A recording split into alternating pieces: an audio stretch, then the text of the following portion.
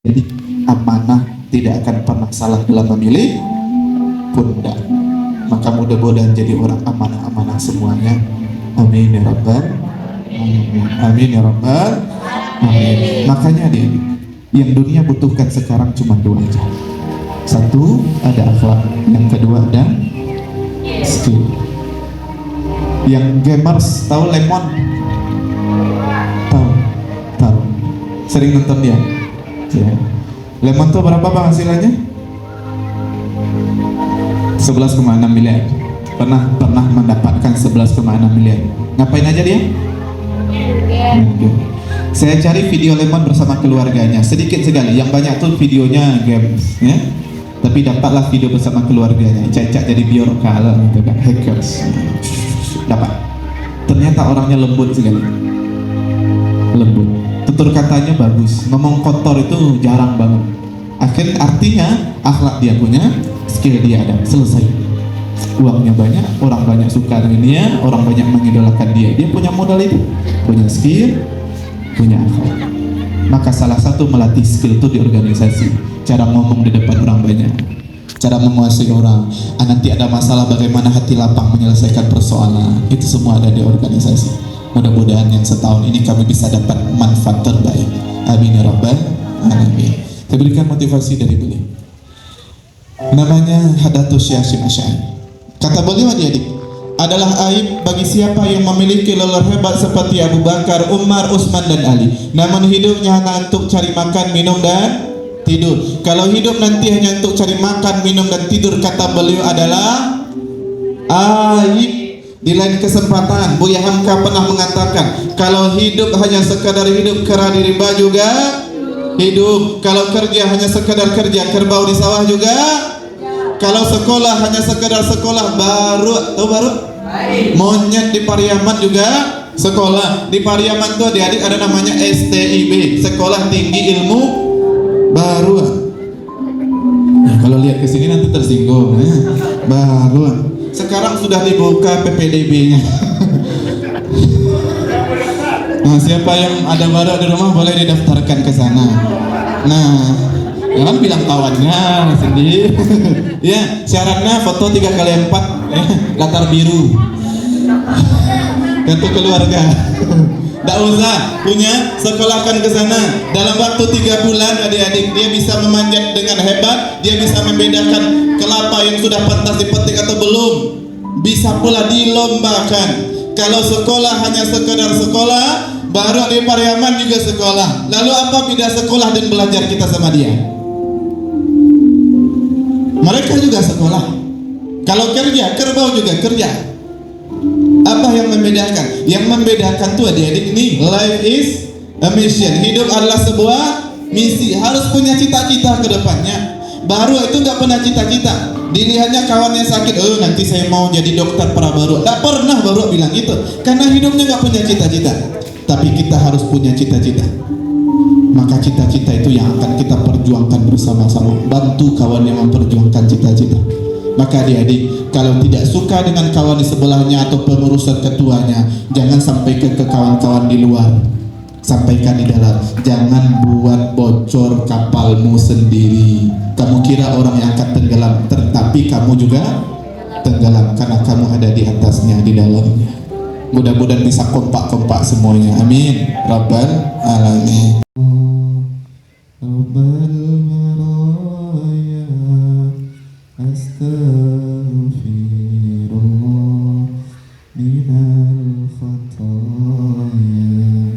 Bacakan istighfariyat itu. Astagfirullahaladzim, astagfirullahaladzim. Bacakan salawat ke Nabi. Allahumma salli ala Sayyidina Muhammad wa ala ali Sayyidina Muhammad. Kamu mencari cahaya, cari lampu, tidak ada lampu yang bisa dihidupkan. Dicari jendela, tidak ada jendela yang bisa dibuka. Cari pintu, tidak ada pintu yang bisa dibuka. Gelap sekali. Ketika itu kamu memanggil Allah, ya Allah, takut ya Allah. Begitulah kita adik-adik. Ketika punya masalah, punya keinginan, baru ingat sama Allah. Tapi ketika kita hidup senang, hidup bahagia, lupa dengan Allah. Maka adik-adik, renungkanlah apa yang kami sampaikan.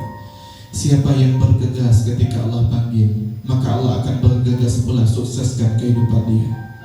Tapi siapa yang lama-lama, ketika Allah panggil, Allah akan lama-lamakan pula susah hidupnya, lama-lama akan selesaikan masalahnya. Hidup kita itu tergantung bagaimana kita menyambut seruannya Allah Subhanahu wa Ta'ala. Bacakan istighfar dari hati dalam astagfirullah ya Allah, astagfirullah, ampun ya Allah, ampuni kami ya Allah. Mulut kami mungkin pernah menyakiti orang, mata kami tajam pada orang. Maha baiknya Allah, adik-adik, Allah masih tutup rapat aib-aib kita. Bukankah di dalam kesendirian kita sering berdosa? Bukankah dengan HP kita sering berdosa? Tapi dosa kita itu tidak ada yang mengetahui. Saking Allah maha baiknya, Allah tahu, tapi Allah maha baik, Allah tutup rapat semuanya, karena Allah sayang pada kita. Kalau Allah bukakan aib-aib kita, mungkin tidak ada orang yang mau dekat-dekat dengan kita, tidak ada orang yang mau berteman dengan kita. Tapi Allah tutupi semuanya karena Allah mencintai kita. Itu hambaku yang aku cintai, walaupun dia dosanya banyak, aku mencintainya, kata Allah. Rasanya tidak layak kita masuk surga, dosa kita terlalu banyak. Tapi kita juga takut masuk neraka dengan azab yang sangat pedih sekali. Astagfirullah. Karena kemahabaikan Allah adik-adik, datanglah satu titik cahaya. Coba bayangkan, ada satu titik cahaya. Dari titik cahaya itu menjadi besar, menjadi besar. Ternyata ada seorang perempuan yang hari ini sudah mulai tua, datang berjalan perlahan ke arah kita. Ternyata yang datang itu adalah ibu kita masing-masing. Saya minta coba bayangkan wajah ibunya masing-masing.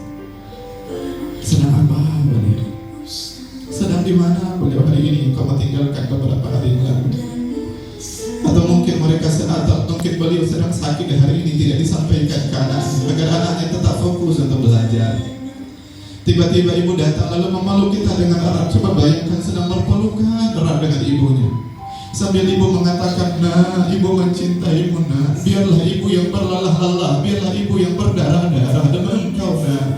Ibu carikan sekolah terbaik, berikan fasilitas terbaik demi engkau, agar hidupmu lebih baik daripada hidup bapak dan hidup ibu.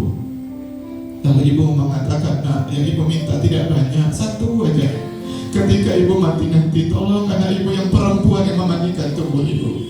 Ketika ibu mati nanti, anak perempuanlah yang memakaikan kafan di tubuh ibu. Ketika ibu mati nanti, anak ibu yang laki-laki yang jadi imam. Anak ibu yang laki-laki yang mengangkat tangan mendoakan. Anak ibu yang laki-laki lah nanti yang mengangkat keranda jenazah.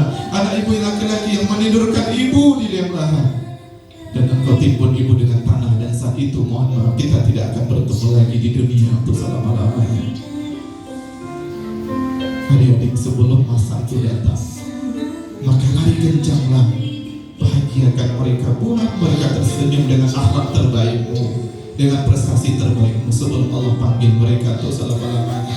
Demi Allah, hidup tidak akan seindah sebelumnya ketika mereka sudah tidak ada lagi.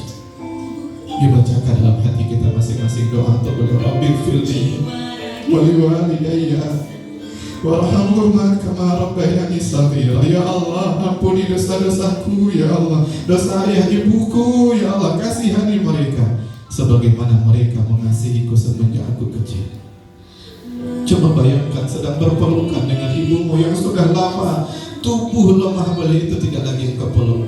Dulu waktu kecil sering berpelukan, hari ini tidak lagi mau memeluk beliau. Yang beliau mungkin rindu tangannya dipegang oleh anaknya seperti anaknya dengan asyik memegang HP-nya. Kita hari ini lebih sering memegang HP kita daripada memegang tangan mereka, adik-adik. Suatu saat nanti yang kita rindukan itu bukan memegang HP lagi. Yang kita rindukanlah memegang tangan beliau, walaupun bagaimana kondisi beliau.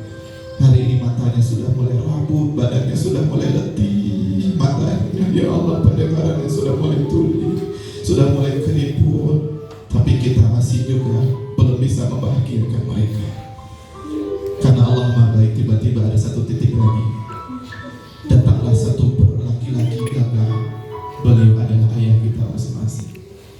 Bayangkan ayah, ya Allah, yang lelah-lelah bekerja siang malam untuk kita.